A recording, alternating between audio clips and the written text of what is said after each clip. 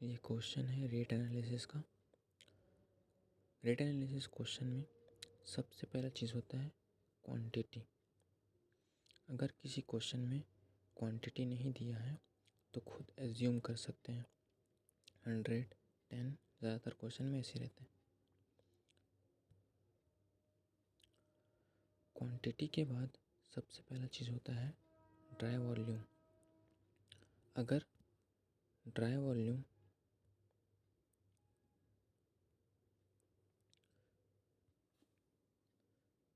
तो क्वांटिटी के बाद सेकंड चीज़ होता है ड्राई वॉल्यूम। अगर ड्राई वॉल्यूम अलग अलग चीज़ों के लिए अलग अलग होता है, जैसे कि 12 mm थिक प्लास्टर के लिए 2 होता है, पर जैसे अगर 20 mm थिक प्लास्टर वर्क है तो उसके लिए 2 नहीं 3 होगा। और अगर प्लास्टर वर्क नहीं है, मान लेते हैं ब्रिक वर्क है, तो ब्रिक वर्क में ड्राई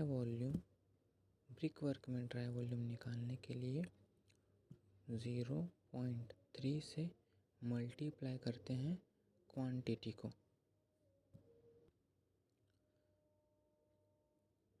तो मैंने बताया ब्रिक के लिए ड्राई वॉल्यूम निकालने के लिए 0.3 से मल्टीप्लाई करते हैं क्वांटिटी को, जो भी एज्यूम करते हैं या फिर दिया हो अगर। उसके बाद ब्रिक के लिए एक और चीज़ होता है नंबर ऑफ ब्रिक। तो नंबर ऑफ ब्रिक निकालने के लिए 500 इंटू क्वांटिटी करते हैं। इस क्वेश्चन में प्लास्टर वर्क था तो उसका ड्राई वॉल्यूम 2 mm³ है, क्योंकि 12 mm थिक प्लास्टर है। ये दो चीज़ मिलने के बाद सभी क्वेश्चन में कॉमन चीज़ रहेगा ये quantity of cement, quantity of sand. और अगर कंक्रीट है तो एग्रीगेट, जिसके लिए रेशियो दिया होगा। अब चूँकि ये ओनली प्लास्टर है तो सिर्फ सीमेंट और सैंड का प्रोपोर्शन दिया हुआ है। तो क्वांटिटी ऑफ सीमेंट निकालने के लिए और क्वांटिटी ऑफ सैंड निकालने के लिए जो भी ड्राई वॉल्यूम है अपॉन रेशियो का प्लस, और उसमें मल्टीप्लाई करते हैं जिस चीज़ का क्वांटिटी निकाल रहे हैं उसका रेशियो। सीमेंट की क्वांटिटी कैलकुलेट होने के बाद जस्ट सेकंड लाइन में, यहाँ तो मैं नीचे लिख दिया हूँ, इसका जस्ट सेकंड लाइन क्या होता है, नंबर ऑफ बैग्स निकालना। इसके लिए जो भी वैल्यू आता है उसको 30 से मल्टीप्लाई करते हैं। उसके बाद सैंड का क्वांटिटी निकालने के लिए सेम काम, उसका ड्राई वॉल्यूम अपॉन रेशियो का प्लस और सैंड का प्रोपोर्शन जो कि क्वेश्चन में दिया होगा। और अगर एग्रीगेट होगा तो एग्रीगेट के लिए भी सेम, उसका ड्राई वॉल्यूम अपॉन रेशियो का प्लस और उस रेशियो में एग्रीगेट का प्रोपोर्शन। इतना काम होने के बाद नंबर ऑफ लेबर्स निकालेंगे। यहाँ जो मटेरियल था उसका काम ख़त्म हो गया, अब जो काम है वो लेबर्स के लिए है। तो लेबर्स निकालने के लिए सबसे पहला चीज़ होता है टास्क। तो टास्क अलग अलग क्वेश्चन में अलग अलग होगा। जैसे इसमें प्लास्टर वर्क है तो 8 मैसन पर डे। अलग अलग क्वेश्चन के लिए अलग अलग टास्क होगा। जैसे कि प्लास्टर वर्क के लिए हम लोग देखें कि 8 mm होगा। वैसे ही अगर ब्रिक वर्क है फाउंडेशन में तो 1.2, सुपर स्ट्रक्चर में 1, और पीसीसी वर्क मतलब सिर्फ कंक्रीट वर्क है तो 5। अगर आरसीसी वर्क आता है तो मेनली इन्हीं पे क्वेश्चन बन सकता है। टास्क के बाद आता है नंबर ऑफ आर्टिशन। आर्टिशन निकालने के लिए जो क्वांटिटी है upon task, quantity upon task करते हैं, जो सभी क्वेश्चन में रहेगा। उसके बाद जो लेबर्स हैं उनके टाइप्स हैं हेड मेसन, असिस्टेंट मेसन।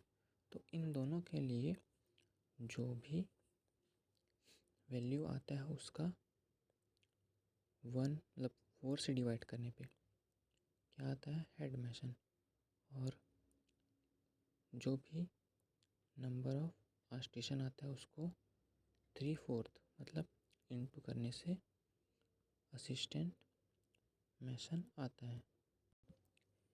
ये वैल्यू ज़रूरी नहीं है कि एकदम प्रिसाइज ली जाए जितना पॉइंट में आया, थोड़ा ऊपर नीचे चलता है। मतलब ऐसा होना चाहिए कि 1/4 होना चाहिए, उससे कम में ज़्यादा भी चल जाएगा पर बहुत ज़्यादा पॉइंट में डिफरेंस नहीं होना चाहिए। उसके बाद आता है मज़दूर और भिस्ती। मज़दूर और भिस्ती के लिए जो ये वैल्यू है जो कि इसमें मल्टीप्लाई हो रहा है नंबर ऑफ आस्ट्रेस में, ये जो दो वैल्यू है इसके लिए कुछ वैल्यूज़ याद रखना है। तो प्लास्टर वर्क कर रहे हैं तो जो मज़दूर है उनके लिए 1/4 1 and 1/2, और भिस्ती के लिए प्लास्टर वर्क 1 and 1/2। इसके बाद जो टेबल है वो तैयार करेंगे। क्योंकि ये प्लास्टर वर्क है तो इसमें सिर्फ सीमेंट और सैंड होगा, जिसकी क्वांटिटी हम लोग निकाल चुके हैं। क्योंकि जो क्वांटिटी है वो बैग्स में आती है और जो सैंड है वो मीटर क्यूब में। क्वांटिटी में सीमेंट के लिए ये वैल्यू लिखना है, ना कि ये वाले, क्योंकि हम लोग बैग्स लिख रहे हैं। तो ऐसा ये जो रेट आए हैं बैग्स और सैंड का, ज़रूरी नहीं कि 300 लिखा जाए और 1000 लिखा जाए, अपने हिसाब से कुछ भी वैल्यू माना जा सकता है। और चूँकि ये 300 रुपये एक बैग का है तो इन दोनों को मल्टीप्लाई करने से टोटल कॉस्ट आएगा, और सेम टू सेम इन दोनों को मल्टीप्लाई करने से ये कॉस्ट आएगा। अगर एग्रीगेट होता तो मान लेते उसका 2000 होता और उसकी क्वांटिटी के साथ मल्टीप्लाई करते, तो जो इसका रेट है वो एज्यूम कर सकते हैं कुछ भी। फिर उसके बाद कॉस्ट ऑफ लेबर्स, लेबर्स को कितना पैसा देना है। तो ये जो अलग अलग टाइप के लेबर्स थे उनकी क्वांटिटी या नंबर्स मिले, और उनके लिए ये वेगस मतलब हर एक दिन में उनको कितना रुपए देना है ये वैल्यू रहेगा। अपने हिसाब से कुछ भी लिख सकते हैं। उसके बाद ये वाला वैल्यू टोटल आएगा। उसके बाद सिंपल प्रोसेस है, जो ए और बी है उसको प्लस किए,